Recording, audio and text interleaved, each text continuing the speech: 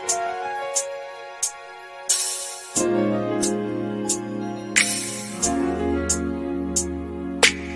your host, Pedro and Crystal Tweed.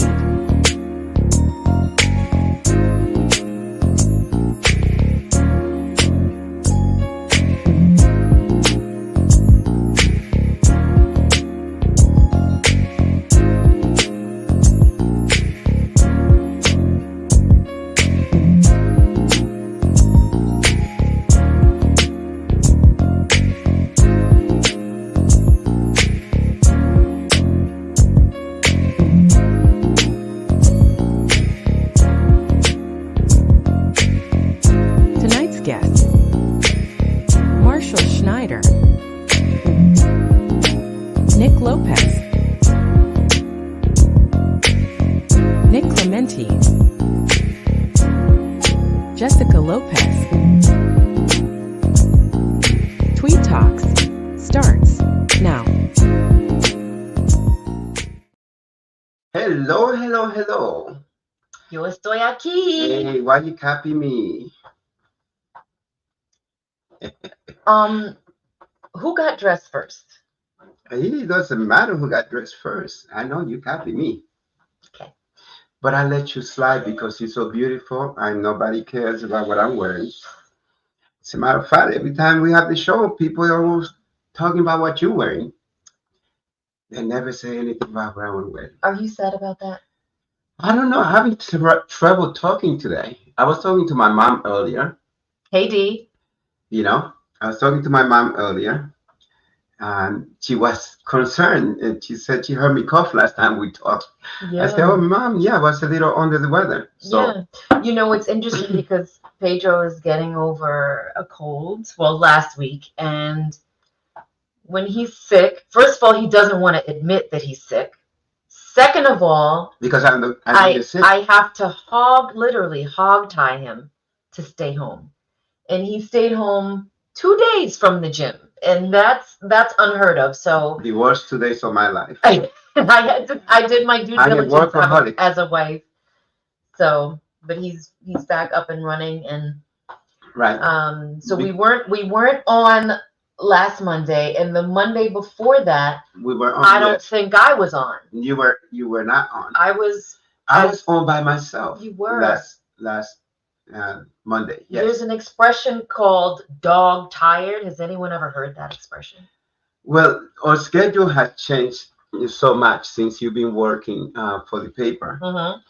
And my sleep pattern. Well, what happened is that the week before I didn't sleep much. I slept maybe 2 hours. Okay. Because I was writing a lot and trying to get my next book out. And I'm always thinking, so I was thinking so much. And then we had that book signing. And so I was getting up like 2 o'clock in the morning or going to bed at 5 o'clock in the morning. Not me. So, my immune system said, forget you better rest. Mm-hmm. Once your immune system say you got to rest, you got to rest. But I don't like staying home. Let's pause for a moment. Everyone who is watching, please hit the share arrow on this broadcast. So please hit share and just share it on your page.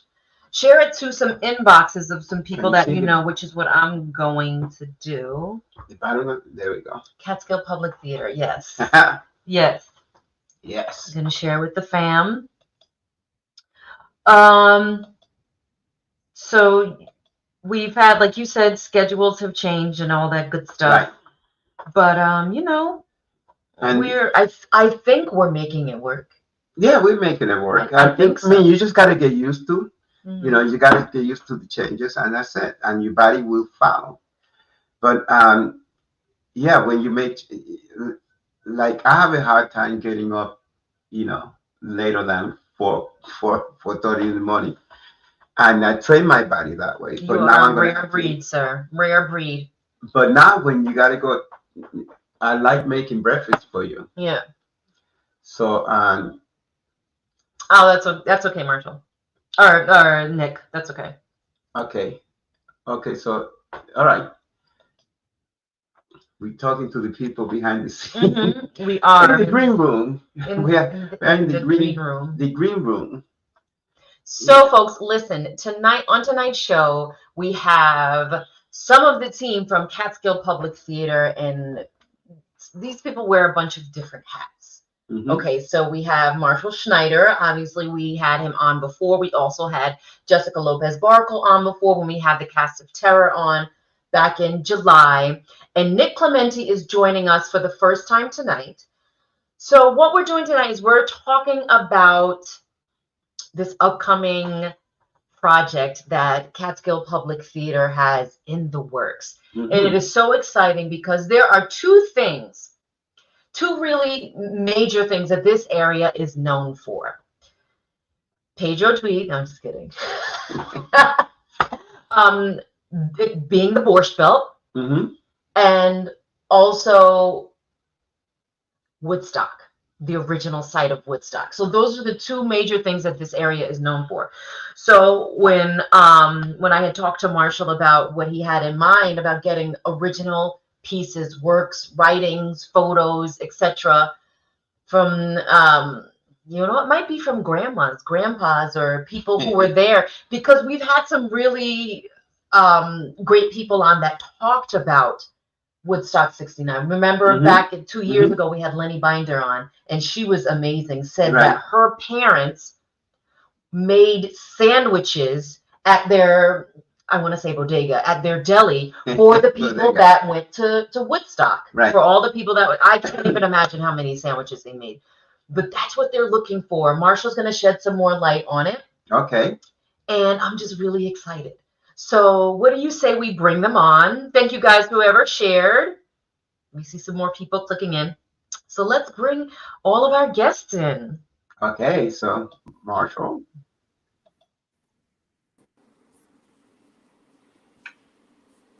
Hello, everyone. Hello. Hello there. Can you hear us okay? Yes. Yes. Okay, you guys look great. Great. And, I'm over here wearing this shirt, and I see that I don't have a hat, But I see on the top right. Marshall's got his baseball cap on. Marshall got a hat. Can you hear us, Marshall? Yes, very well. Awesome. You sound great, and you look great. Thank you. I've been working I out. can get Pedro to make me breakfast. Jessica I've does been too, having a apparently. craving for pancakes lately. Oh, yeah. He I makes don't have amazing. anyone around to scratch that itch. Pedro, Oh, do you make pancakes? I do. As a matter of fact, I asked my wife this morning, what do you want? Do you want, and she said, I want either pancake or what do you call it? Waffles. Yeah.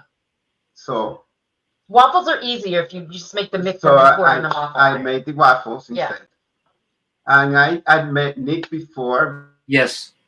With his wonderful photos. And I had heard some very complimentary, interesting things about you, but I didn't connect the dots before I actually met you.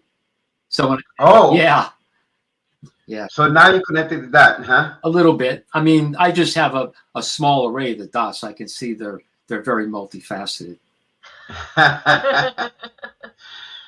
And Jen, Jessica, the person that made people cry.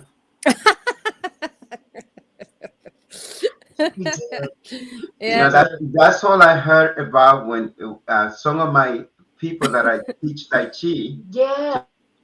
And they went and saw this show. They said, the lady made me cry. Yeah. He almost made me change my mind. I know. Jessica, I tried. We tried. We did. Every single night.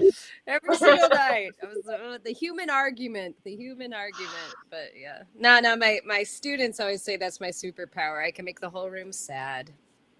Wow. That's making them think. That's a good thing. Showing emotion at an early age. Any emotion that a kid shows besides TikTok is a good thing. Oh, that's fair. Marshall, if you really want some pancakes, I'm pretty sure the diner in Roscoe makes a mean pancake. I went. it didn't get my itch scratched. It's in so. I make some for you. I mean, I'm not going to say they were terrible, but they weren't what I was in my mind's. I In your guess mind's not eye. my mind's belly. I guess it wasn't. It would be Well, your my wife belly's always volunteered belly me to cook or something. You know, Pedro makes a mean French toast out of challah bread. Mhm. Yes. Yeah. Yeah, that's good. You know what's going to happen. So, tell me what's going on. Yeah, Marshall, let's talk about what Well, you know, thanks for having us and giving me a chance and all of us to share.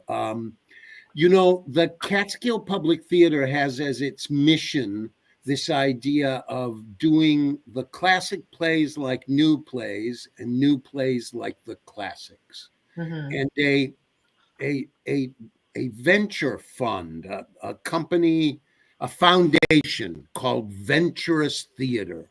They had sent somebody to see Terror. They saw it twice. I remember meeting them. And this entity reached out to me and has encouraged us to work on original material and has kind of dangled some financial support for that. So kind of converging with that was the fact that Nick, you know, has the rights to this incredible collection of photographs from the Woodstock Festival, done by one of the few accredited photographers actually at the festival. It's a couple of hundred shots, many of which have never been seen before. So encouraged to create something original and agreeing with you, Crystal, that the original Woodstock Festival seems like the 500-pound gorilla around us. It's both a tree that bears fruit and spreads prosperity, but it's also like a shadow over everything else. And I see an opportunity for us to reach out to this community who have various different kinds of connections to Woodstock. I mean, someone once told me that Sullivan County had more bald-pated silver ponytails than any county in America. And I don't know if all those guys went to Woodstock, but I think some of them did. And other people have connections to Woodstock. Since this project has begun, I met someone whose family had a general store, and they just started feeding everybody because there were so many people there. They emptied their cooler. The guy said we brought down all the bread and all the luncheon meat and made about 1,000 sandwiches. I guess that probably didn't go so far, but because there were 400,000 to 500,000 people. Yeah. There's lots of cool stories and lots of anecdotes. And encouraged by Nick, I started to spend some time, you know, on the internet. And then once you start looking up one thing, you find another. Start serving you everything under the sun.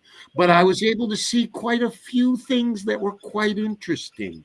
And I got the idea that we could create a kind of multimedia piece that combined some of the images that Nick has and some music and some things that are submitted by this community we're trying to reach out to, and some things that we create on our own.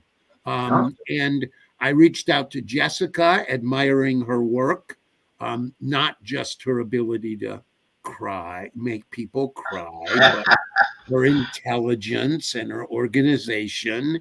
And did you know that she was a trained opera singer? I did not know that.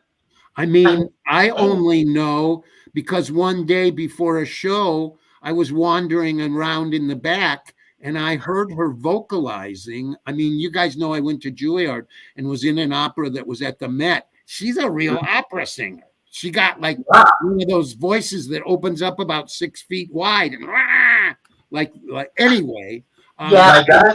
I reached out to Jessica and thought, because of her experience and the fact that I wanted to keep her as close as possible, that she could play a role in trying to curate and organize this set of submissions and things that we're going to create. And I don't know about the rest of you, but since this has started and I've been talking it up to people, it's amazing how many people connect to it as a very positive idea. Absolutely. So we'll see, what comes, how much we have to invent, how much gets submitted to us, whether it's going to be like free form, like a impressionist painting, or whether it's going to have a narrative. We don't really know yet. Right. So I'd like to reach out to everybody that's listening and everybody that knows somebody that may have had a connection to the original festival. It doesn't have to be someone who was there. It could be a baby brother. Hell, I'm an old guy and I was like only 14 or something. I was at swimming practice. So, hi Zia. Hi Zia. So I would like to say, please join us, submit something.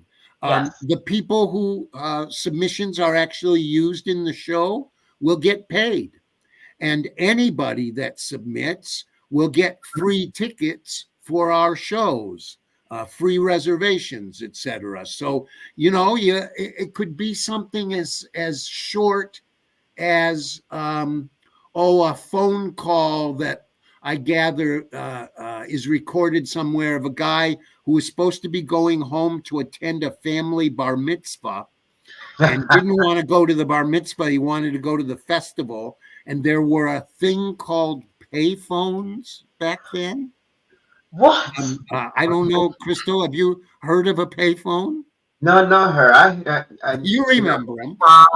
There's supposedly an event where this guy's on a payphone. That's an urban myth. Trying to be quiet because the music is playing, explaining to his mother excuses why he can't come to the family bar mitzvah. It could be something as goofy and short as that, as someone who had a less than perfect LSD trip, had to go see the medical tent and be comforted or talked down, or there were a couple of 4 babies that were born during the festival. Who knows? That might be one we make up if the mom doesn't submit one. So I'd like to open it up to, the craziest ideas possible. The connection doesn't have to be direct. Oh gosh, that just sounds so exciting to me. And I'm already thinking about some things. I remember when we went to the stage warming for Catskill Public Theater, and that's where, did you come with me? You did. That's where we met Nick. Yes. And I remember I was drawn to his tent. I remember it was drizzling. It was overcast skies in the month of April, and it was. Yeah. And I was just drawn in by the collection of art that he had at his table. We have some of those photos.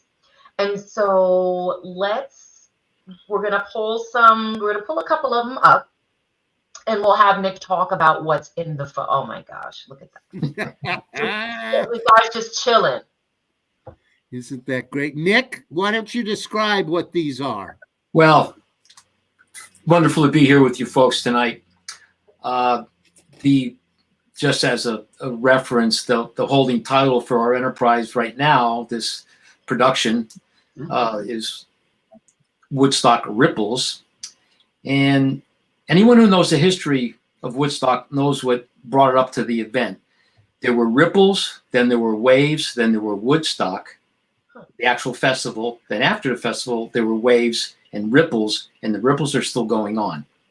And those ripples cover areas from art, self-abidance, holistic medicine, innovative thinking, inventiveness, back to nature movements, etc., etc., etc. I was right in the middle of that, very influenced by that. So for me, this is like a dream come true, even if it's part of what we envision right now. One of the things that we have going for us as a project is the modular vignette structure of this. It just releases so much pressure in terms of production, timeline pressure. And which one is chosen as far as thematically what we're going to do first? It's like, what do you like? Diamonds, rubies, emeralds, pick one, get into it, right? And that particular photo that you just picked up, I tease people because 25, 30 years ago, I kind of looked like that. So I'm kind of a scammer, a little bit of a prankster, so that's how I get the conversation going. But if you look closely at the photo, and the guy's holding there's a newspaper at his side, and it says astral projection, 25 cents a copy. 25 cents. Yeah, if you have to rotate it, but it's there, it's clear as a bell. And that's not a stuffed animal, that's his pet monkey. Oh, that's a monkey? Can you guys see the monkey? It's Okay, sort of got put it back on. his hand on the Crystal, monkey's foot. it's a pet monkey without a leash. I The thought it guy's was got his like a cat or got his something. the canteen of water, make sure monkey's hydrated. Oh my gosh. And this guy looks like he's half astral projecting as we speak. That dude's tripping. I know that look. Listen. Why would there be someone with a pet monkey at Woodstock? Why wouldn't there be? That's like a Zen koan. Don't you see it? I mean, this is what I'm talking about. Let's pull up the next one. Okay, so this girl, I do have some background information about this young girl who's no longer on the planet, unfortunately, or fortunately. So at one of the events that I was vending and showcasing the Woodstock photos of, this woman comes beelining up to my tent, and I had a rather large print of this, which I just named Woodstock Baby by Mark Goff, who I'm honored to be representing. And she goes, it was something like Celia. It's Celia. It's Celia. I said, you know that? Oh, yes. That was my good friend's daughter. We were part of the hog farm. Oh. It all makes sense. That was Nick, run why don't you explain what by the Wavy hog farm Gravy. was? What's that? Explain a little what the hog farm Okay. was. In the One of the reasons why Woodstock remained with very almost zero influence of violence, disturbance, conflict, fighting, tension was because the security system was so sophisticated that it was on another level. It was administered by a man named Wavy Gravy. And Wavy Gravy was running a loosely knit but quite influential, if you were part of that scene, organization called the Hog Farm. And the Hog Farm was hired formally to be the security force for the Woodstock Art and Music Festival. Nick, was the Wavy Gravy guy the guy doing the stage announcements? He came up 3 or 4 times. There was one person who was announcing all the bands. There was another person who was announcing the medical announcements. Sometimes those guys interchanged, but Wavy Gravy got up there every now and then, and he was like a shaman in a clown's outfit. Wow. He was the man who said, don't panic, even though there's 400,000 here, it doesn't seem like there's enough food. Stay where you are. We're going to have breakfast in bed for 400,000 people. Now, it's not going to be steak and eggs, but it's going to be good food, and you're going to enjoy it, right? And he had this big floppy hat on. He was missing a couple of teeth. Wavy Gravy is a phenomena that very few people appreciate because they associate him with these stellar events where he was the master of ceremonies at the Woodstock concert. And he was also part of the medical tent provisions. So the people that were having bad trips went into Wavy hog farm, all the medical tent facilities, and Wavy Gravy would go up on stage There's no such thing as a bad trip. You're not managing it yet. Come to our tent. So people were going into this tent and being calmed down. I know Wavy Gravy. I worked for Wavy Gravy. I attended a number of festivals that he put together called Gathering of the Vibes in Bridgeport, Connecticut, where at one point when he was speaking, there were 30, 40, 50,000 people there. And now he's kind of slowing down, but he's still alive. But in Wavy Gravy, and I've seen him in motion calming people down, he's a comedian, a clown, psychotherapist, hypnotist rolled into one ball. Wow. Okay. You know, some of these stage announcements that I was referring to, I guess the famous one is the guy, stay away from the brown acid. It's not poison. Everybody's saying it's poison. It's not poison. It's not going to kill you. But the orange acid is a lot better. Some of these stage announcements will probably use in between these sketches and skits. I love it. A friend of mine that I'm collaborating with, who's a playwright, I thought we might use the videotapes, and because they're all over YouTube. My friend said, "Nah, you're a theater. Get an actor. Put him in front of one of those phony microphones and do the announcements live." So I think that's kind of a cool idea. And Jessica, how do you know our daughter? She was my advisee for the 2 years that she went to SUNY Sullivan, and she took several of my classes. She took several of Jess's classes and was never interested in that as a major, but just loved Jess so much. She was just like, I'm going to take all your classes. Wow. She did. Not hard to believe. Not hard to believe. Jess, where were you? Because you're a out west girl. Where were you when all this was going on with Woodstock? I mean, I was at swimming practice. Where were you? Well, as you know, Marshall, I wasn't even thought of. Okay. Come on, Marshall. How old do you think we are? Jeez. What do I know? Marshall. Every girl from 18 to 58 looks the same to me these days. That's fair. That's fair. Yeah,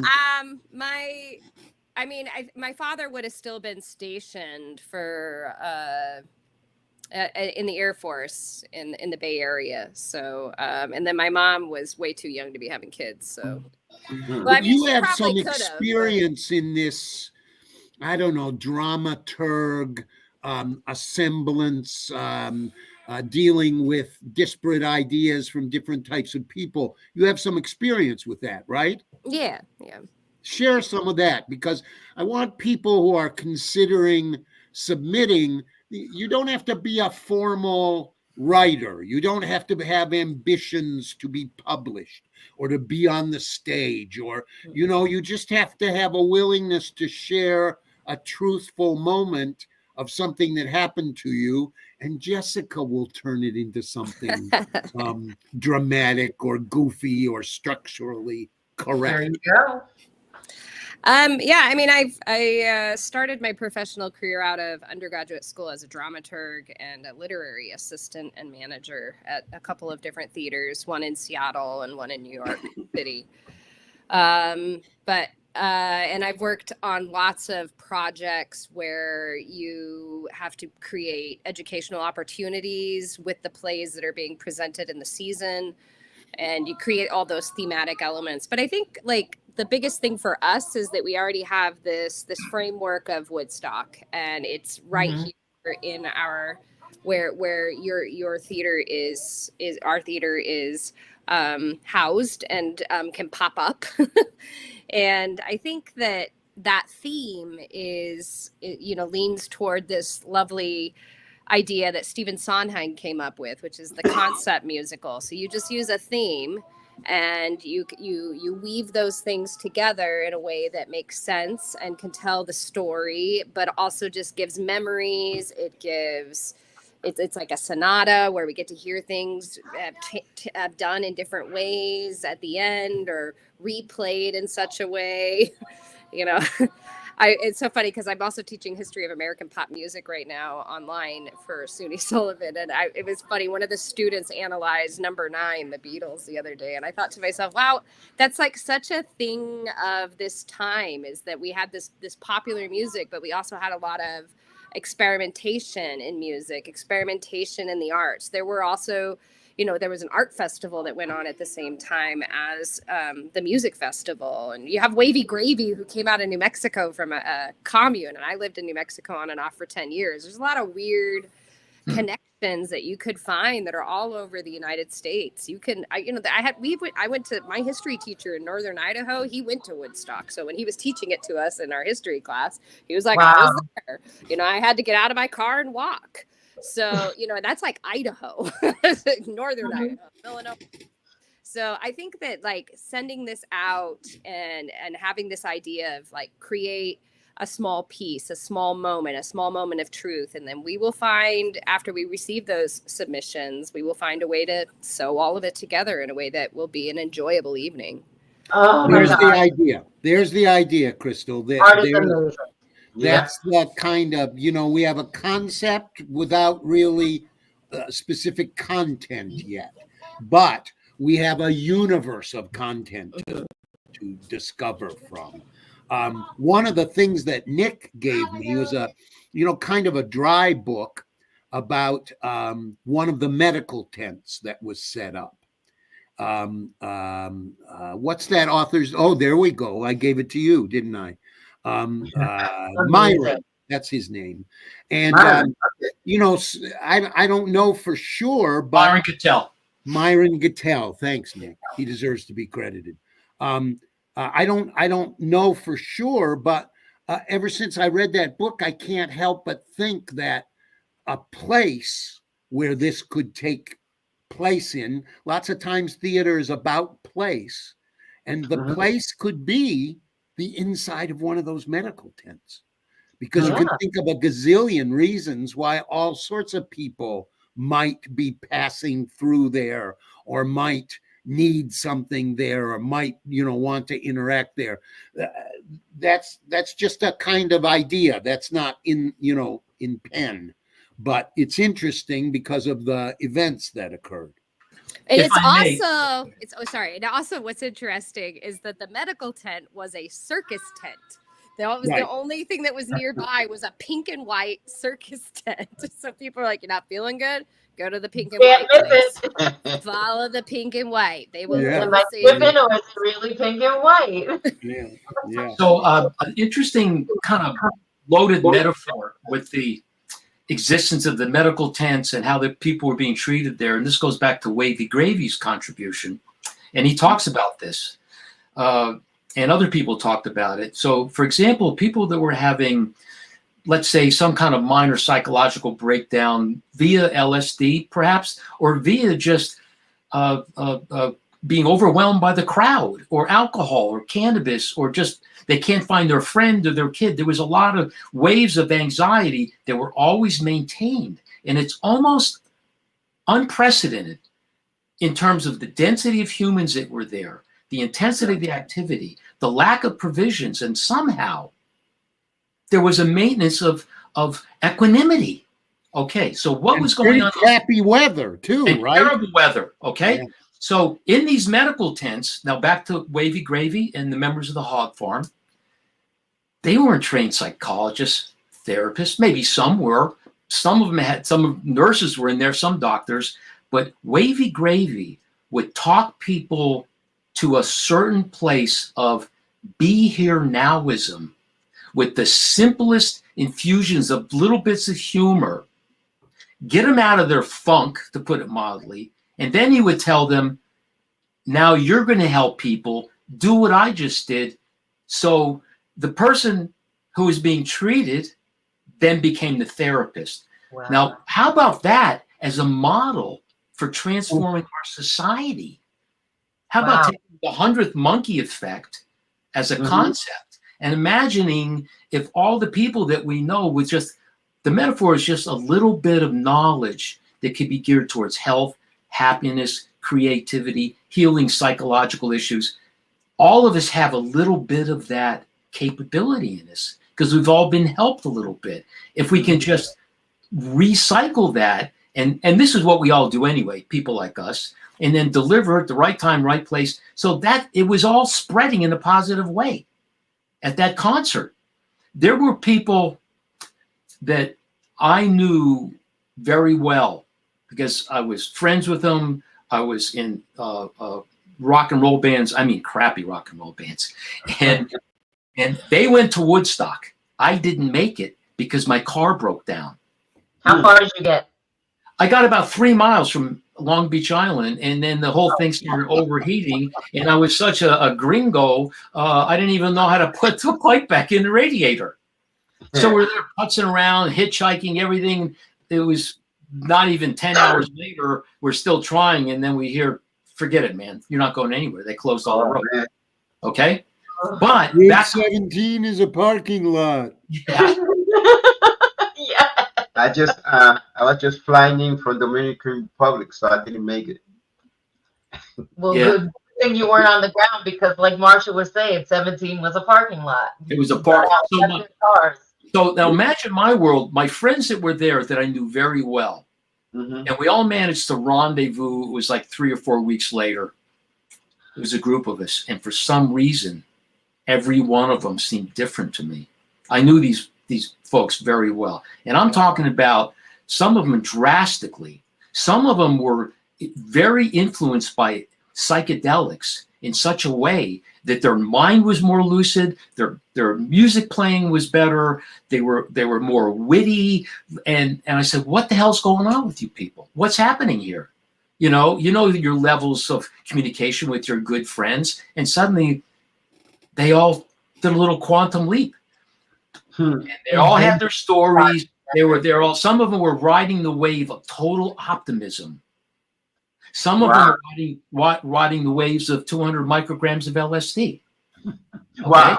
So some of them were like, I'm doing yoga. We've been doing yoga for the last 3 weeks. Okay. And that was the first time I heard the name Swami Satchidananda. That's okay, yeah. Okay. Then I started doing my own digging.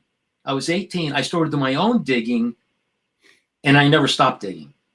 And I never stopped discovering. So one of the things I'm very excited about are the seeds that were planted and it had grown since Woodstock that are about the integration of Eastern and Western spirituality, the empowerment of the individual to have his or her own platform of spirituality, independent, self-abidingly. That's called a sadhana. It's called a spiritual practice. Yes, there's teachers, teachings, and gurus, but they are the amplifiers. They're not the path. And any real guru will tell you that. So Swami Satchidananda, and you folks, I sent it to you, the opening of the Woodstock concert was Swami Satchidananda's invocation. That might be the opening of Woodstock Ripple. Okay. We might start with that. Crystal, do you have that photo of Swami Satchidananda in the front of the group? I sent it. Oh, There were 4 photos, you think, correct? yeah, I didn't see that No. one. No. I didn't see that. Oh, one maybe either. you didn't get that one. Okay, it doesn't matter. Mhm. It's Swami Satchidananda addressing a crowd of 500,000 people. There's a sea of people. It's a dramatic, powerful photograph. Anyone could see all these photos on the website, Woodstock Visions, visionsofwoodstock.com. They're both .com, markoffphotos.com. There's other photos, but there's a lot of cool Woodstock photos. Swami Satchidananda delivered an invocation that is so idealistic and visionary and optimistic. And it talked about how America has been leading the world with its money, with its technology, with all kinds of things that we value as a cultured being. And he said, now it's time for America to lead the world spiritually. And the arts represents the vehicle to lead the world spiritually. Then he got 500,000 people to focus on their breathing and do a little mantra chanting. Okay. Now we have someone you know who he is. I don't know if we should mention right now because we haven't got a commitment from him. They really kind of match the look and feel of Swami Satchidananda. So I'm imagining coming out of a projected image of the Swami, and we got some really nice ones. I don't know if you can. Yeah. That's from the Woodstock. Oh, wow. That's marked off Swami after he delivered his speech. Okay, so he's coming out. There's the it's the whole screen is the Swami. Kind of, it's simple, no earth-shattering special effects. Goes to black, real person walks out. It's not 1969. Now it's 2025. And if we can time this around the anniversary, that could be a dramatic little metaphor, icing on the cake. And the Swami goes today. What happened, folks? What happened? Where are we now? How far have we evolved, humanity? Get people to look in the mirror. Okay. And the Swami was really on a almost evangelical mission within the context of something more spiritual. I found an appearance of the Swami on the Dick Cavett show, for crying out loud. I mean, he was really out there trying to lead, I don't know if you'd call it a revolution, but at least an evolution, right, Nick? And the evolution was an integration of the best of Eastern and Western culture, spirituality, and art. Ravi Shankar at Woodstock. The sounds of the sacred sounds of the tabla that went from spiritual context to entertainment context. Okay, how did that affect Western culture? Well, George Harrison became one of Ravi's students, and suddenly through the Beatles, we're all, without knowing where it came from, kind of vibing with this different kind of music and the message that came through it. John Lennon started to write all these songs that were really just compact, exquisitely demonstrated teachings, like the Tibetan Book of the Dead and some of the Hindu, like this. He didn't want to make that reference, but it was there. And later he admitted it. And what happened with Woodstock? There were waves. Woodstock did not create anything. It just gathered it, stacked it all up, leveraged it all, amplified it. All of the waves that happened in Woodstock were happening before.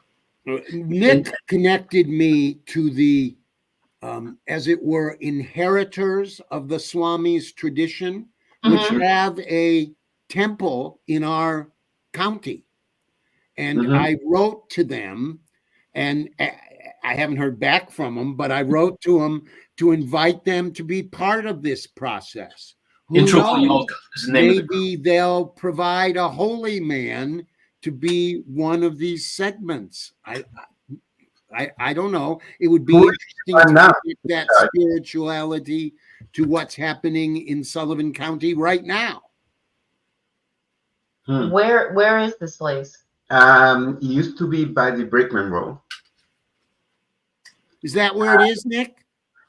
The retreat? I forgot what the name of it was, but not City Yoga we're talking about. That's different. Oh, okay.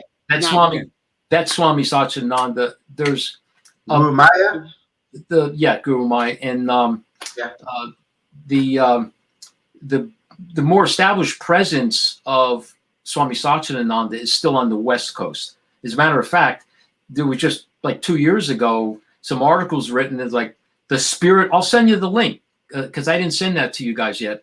The spirit of Woodstock is alive and well in San Francisco, and it's just sort of the recapitulation of what's on. Now, this is just one of the streams that we can integrate for our mini plays. However, Marshall and I were talking about this before. The challenge is it's very easy to turn people off if they're already on a path, any kind of religious path, or even if they're an atheist.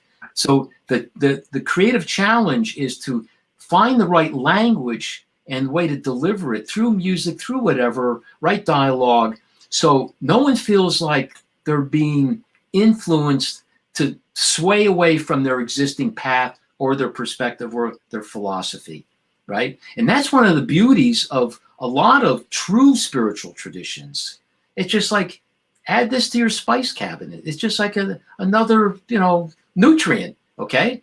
So that's the challenge that I see. And I think that it could be met very gracefully.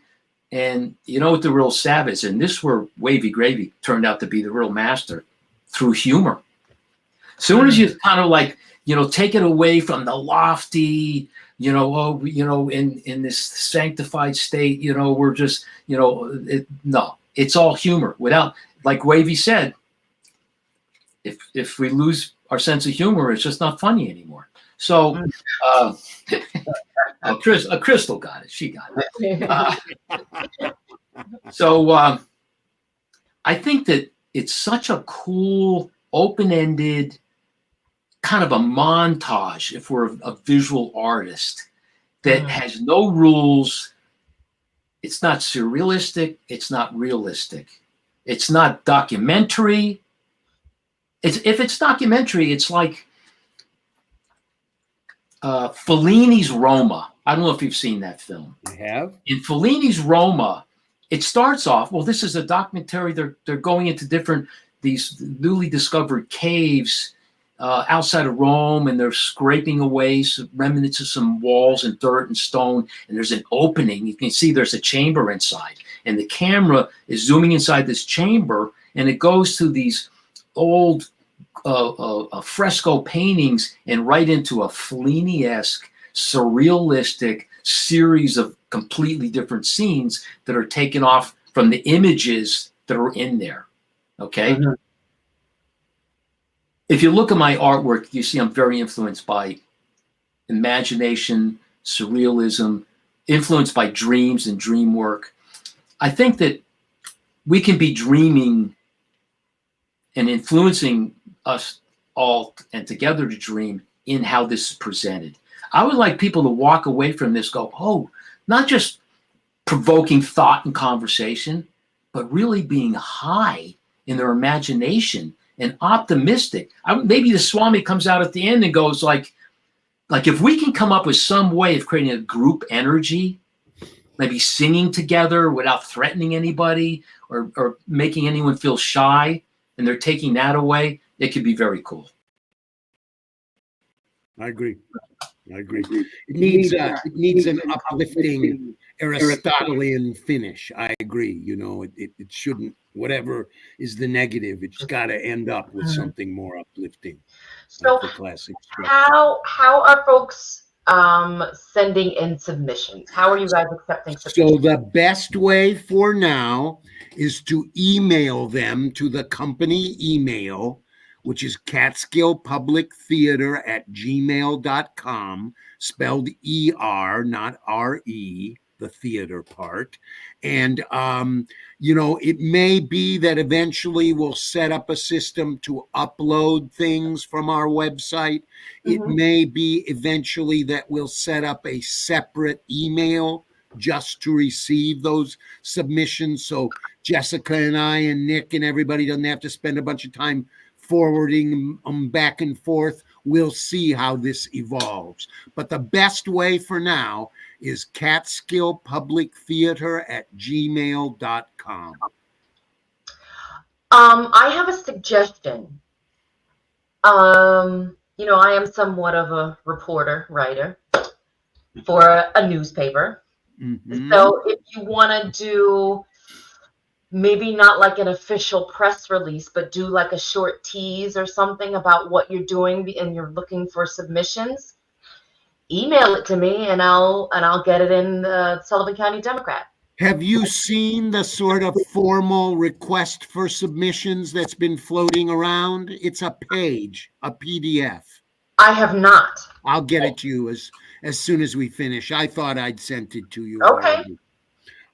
And you could figure out how to condense that, or if you tell me how much space or how many words, we'll figure out how to condense it for you. Okay. Also, you have my permission, and I'm open to the group suggestions to use photo ABC with a caption that'll be a little bit of a catalyst, perhaps, for idea creation. So feel free to go to the website and say, hey, what is this photo? And also keep in mind that what's on the website, it's not just the Woodstock work. He was very active in the counterculture movement. And it's just possible that some of the photos that Markov took, where he was documenting major events during the countercultural movement, March on the Pentagon, protests in Chicago, protests in Washington, D.C. There were major protests. He was on the ground photographing, and on behalf of some magazines that were, part of the countercultural movement in terms of publishing. All of the photos are accessible. And in that context, keep in mind that Woodstock was also a protest.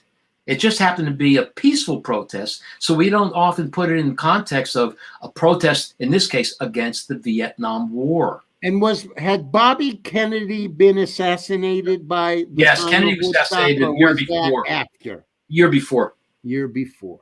Hmm. That was part of the momentum of this protest. It's like, enough is enough, people. And LBJ deciding not to run again, and all of those events politically. Nixon, there was a lot of pushback.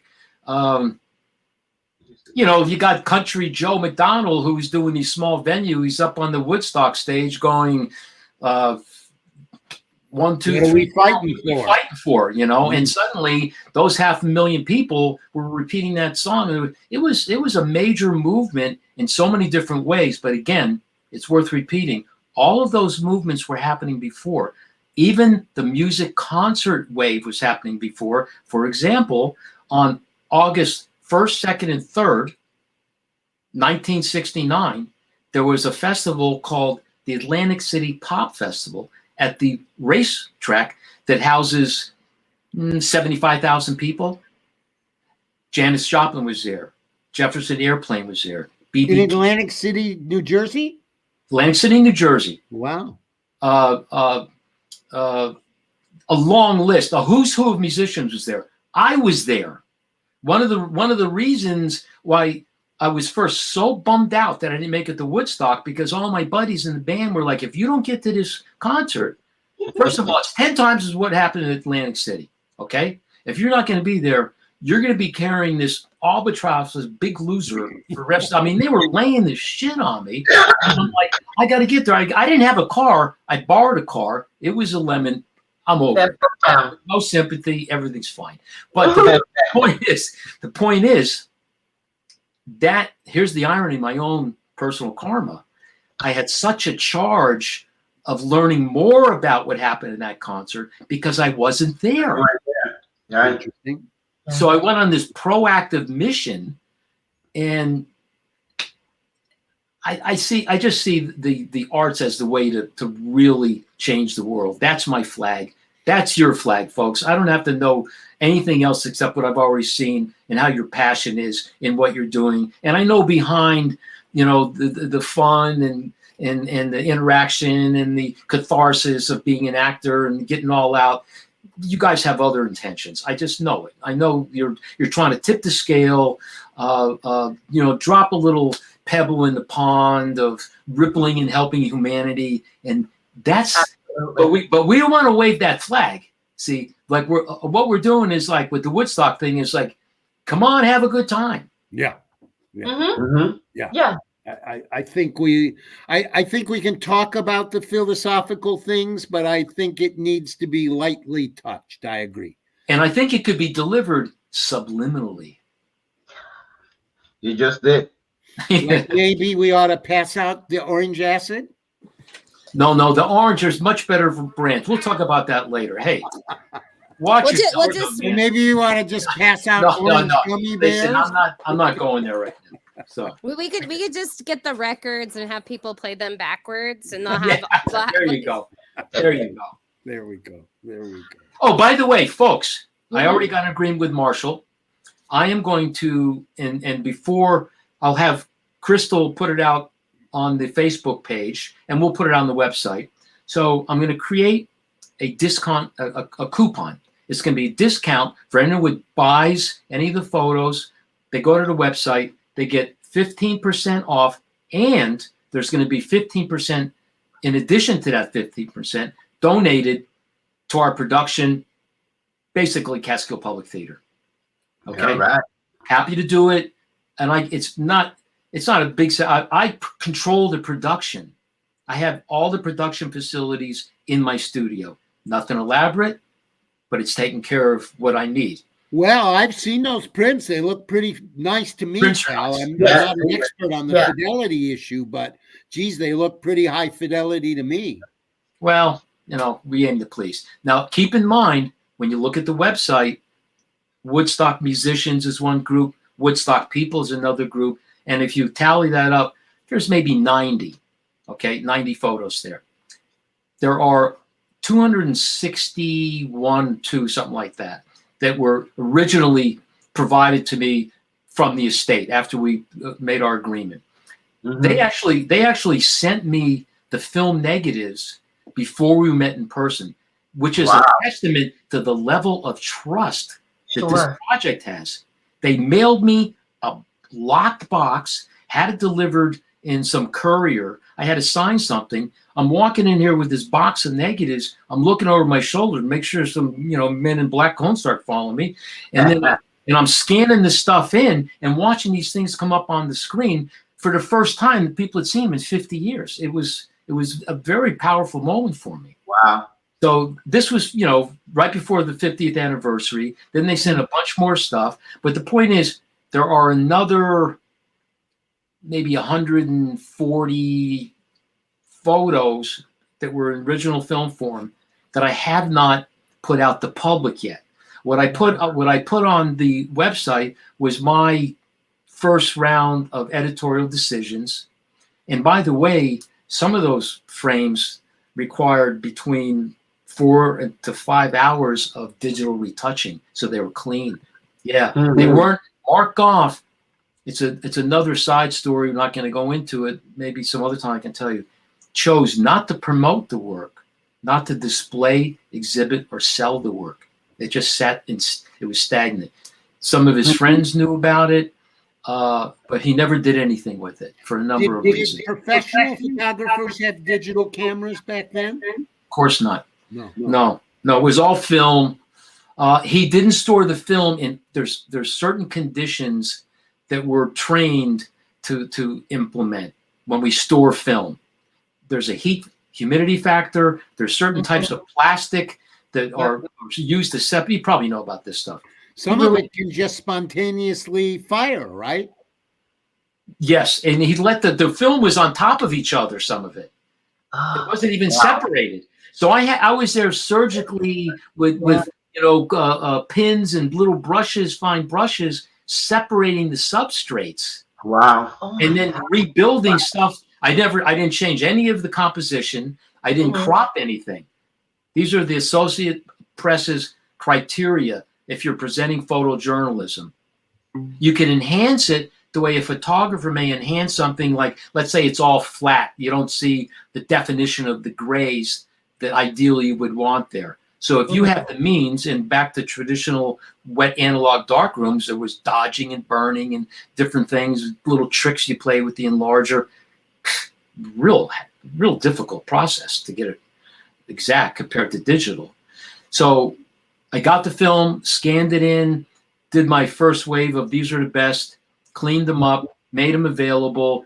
And I got to tell you, people will get very emotional at some of these shows I do, particularly at the Woodstock venue.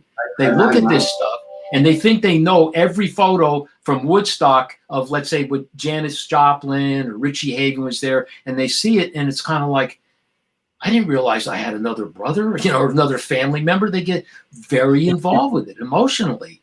And that's what's been making this project a real honor for me. And this is a way, so I have a lot to gain with my mission, right? I'm helping out. Mark Goff is like an invisible friend. Never met the man, okay? But I'm sort of like, what do you think, Mark? How do you like this? And at this point, he's kind of like, do whatever you want, man. Wow. So watching those photos is almost like watching Jessica act. That's right.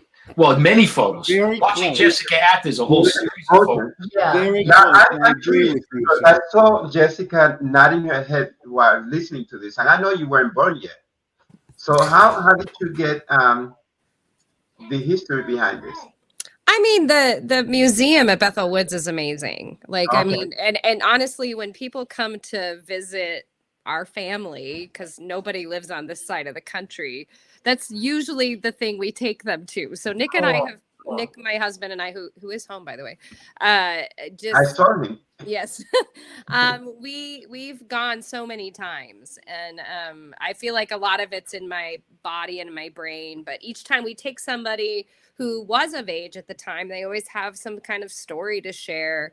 I think that one of the wildest things that ever happened to me is when Nick's father came to the museum, and we were all kind of separated. There were a lot of kids and the nieces and things like that, and like we ended up in the room that is about the My Lai massacre that had happened the year before, and he says to me, "Oh, this was I got to Vietnam right after that happened." Because he had done 2 tours in Vietnam. And so for him, like, and I didn't know that, you know, it's one of those things where like, that's a specific time period where there are a lot of horrible things going on, not too dissimilar to what's going on in our real life. And I think that the Woodstock Festival created a moment in time where it could have been a horrible disaster, medical disaster, which is what this book talks about. But it didn't. It ended up being this thing where people were genuinely just wanting to have some peace and to just create an atmosphere where love was present, and they made things work. I mean, having 400 to 500,000 people in a place that had a lot of rain and didn't have all of the facilities, and yet, you know, there were only 2 really big tragedies, and that's. But it was something completely accidental. Yeah, and I completely got run over by a tractor. Yeah. Like, but to the same extent, like it could have been 10 times worse. But as Nick was saying, you know, Wavy Gravy was a huge part of that. He was excited when they told him that he and his family were going to be a part of the security. He was like, yes, I'm going to give them lemon pies, you know, and just this idea that, you know, you could use things to be kind and to be wonderful. And I think that, we want to have joy for the submissions that we bring in, but I think it's also just something to remind us that at some points in our history as a country and as a people, we can be kind and we can be loving and we can have joy and we can have humor. And those are all wonderful things. So I'm excited to see what we receive. And that extends, from some of the films that I've been looking at the last couple of weeks, the police were very cool in these circumstances. I mean, there was a lot of people smoking ganja and doing crazy things, and the police could have gotten weird, but they didn't. They let it happen.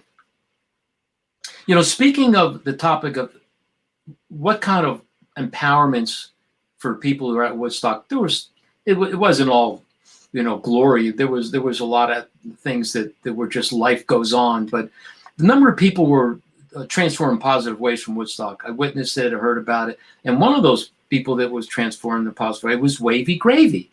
Wavy Gravy had a very interesting communal group of people. He was known in the countercultural world, and after Woodstock, he had a global presence. I mean, just think about it. By the time the film came out, people were like naming their kids Wavy Gravy. You know, the point is, so Wavy Gravy now has a platform, right? Now he's an influencer. Before we're using that term.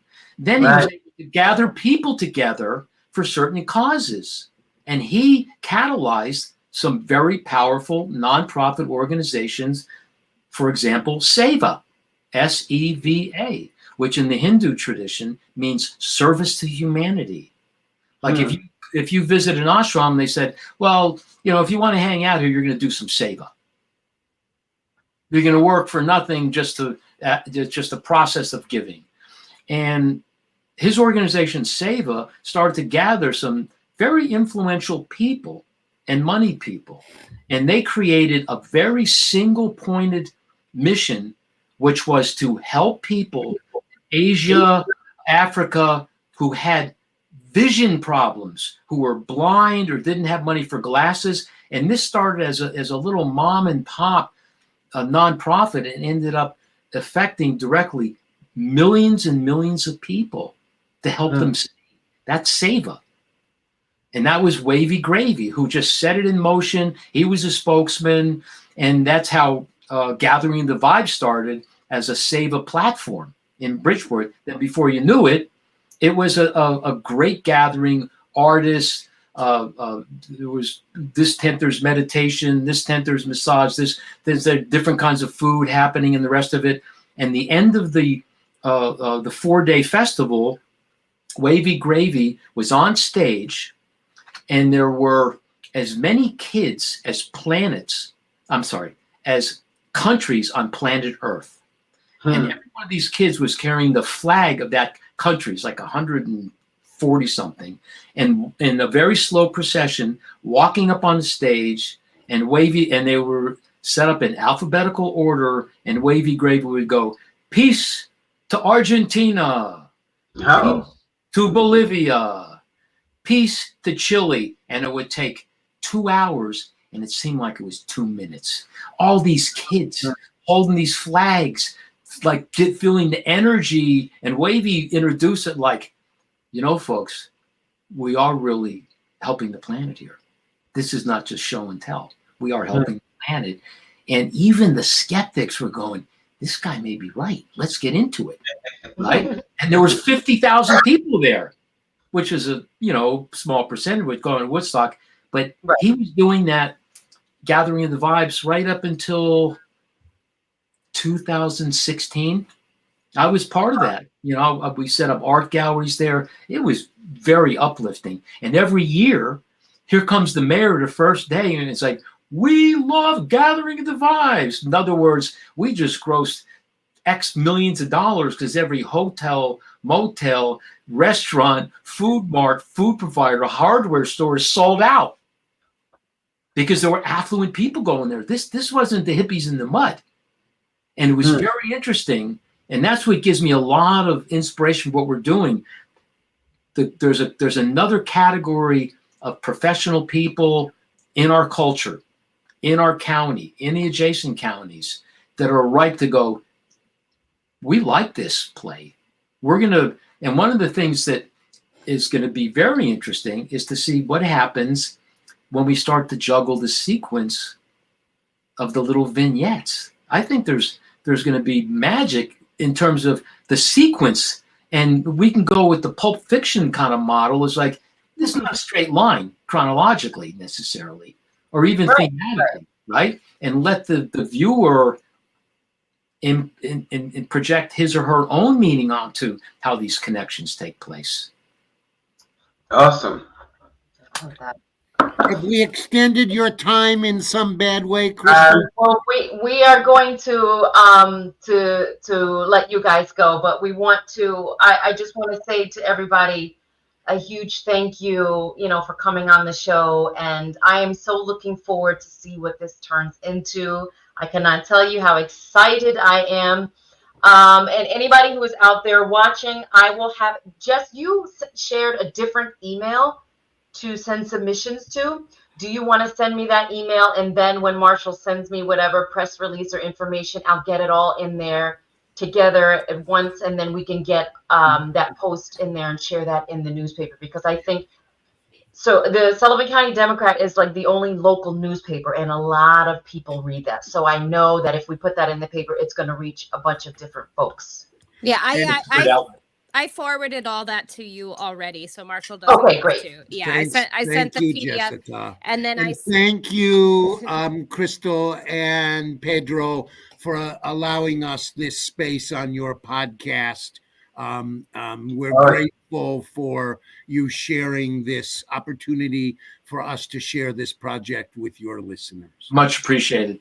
Thank you so much for joining us, you guys. We will see you soon, whether it be on the internet, email, or don't forget the astral plane. Thank Thanks you guys again, Crystal, and thanks to Pedro. And everybody, I hope is doing very well. Thank you. Have a great night. Thank you. Jessica, we're going to have you sing opera next time, okay? You know, I didn't Yeah. realize, Pedro, that Yeah. you were a guitarist until I saw you bring your guitar into Crystal's reading. Oh my God. I would love to hear you play sometime. Yeah. Are you I would playing say in happy the birthday. Latin style or playing rock Yeah, and there's roll or playing It's a Jimi little Hendrix calypso or where are Caribbean. you? A little calypso Caribbean. Nice. Okay.